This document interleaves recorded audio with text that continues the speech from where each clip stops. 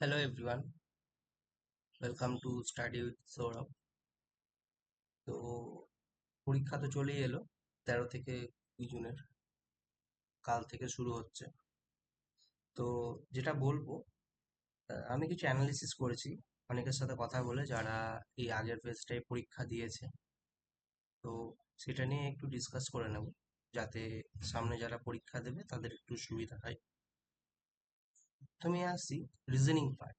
তা আমরা সবাই জানি রিজনিং পার্টটা কিন্তু সবার জন্য খুব ইজি হয়। ঠিক আছে, তো যারা মোটামুটি রিজনিং ঠিকঠাক করে যাবে তারা 27-28 ইজি অ্যাটেম্প্ট তারা করতে পারবে।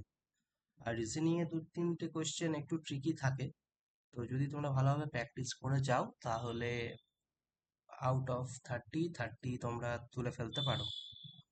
নেক্সট আমরা আসি ম্যাথে। যেটা মোটামুটি অনেকের সাথে কথা বলে বুঝলাম, প্রফিট অ্যান্ড লস থেকে মোটামুটি 1 থেকে 2টো প্রশ্ন থাকছে, ডিসকাউন্ট থেকেও 1 থেকে 2টো প্রশ্ন, রেশিও অ্যান্ড প্রপোর্শন থেকে 3 থেকে 4টে করে প্রশ্ন প্রায় শিফটেই ছিল, মেনসুরেশন থেকে 3 থেকে 4টে প্রশ্ন। হ্যাঁ, মেনসুরেশন থেকে আরেকটা জিনিস যেটা বলে দিই, শুধু 2D না, 3D থেকেও 2-1টা করে প্রশ্ন আসছে। তো 3Dর ফর্মুলাগুলোকেও একটু দেখে যাওয়া ভালো।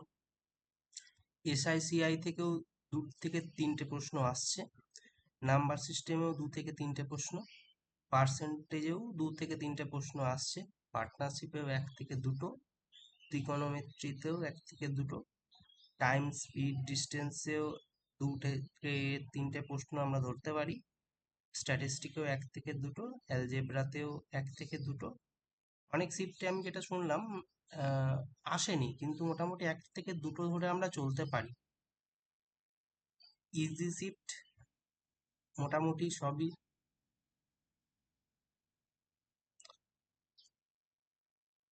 25 থেকে 26টা কোশ্চেন তোমরা ইজিলি অ্যাটেম্প্ট করতে পারবে, আশা করি কোনো সমস্যা হবে না।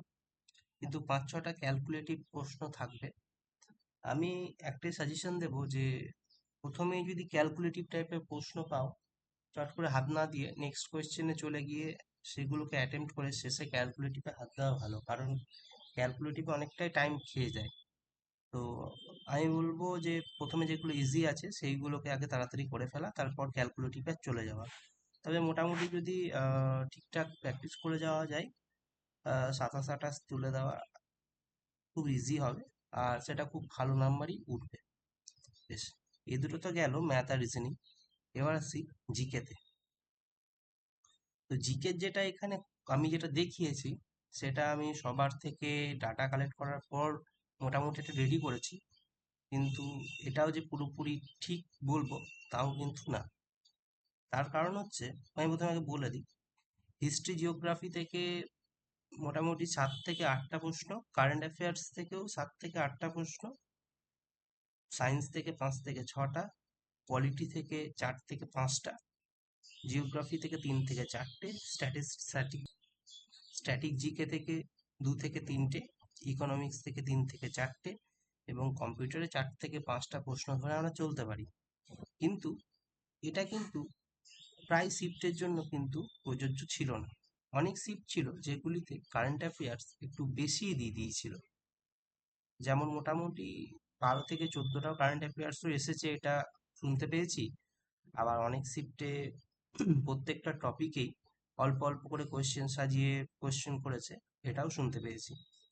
তাই মোটামুটি আমি একটা সবার থেকে ডাটা কালেক্ট করার পর এটা একটা রেডি করেছি। কিন্তু মোটামুটি তোমরা বিশেষ করে জিকেটার জন্য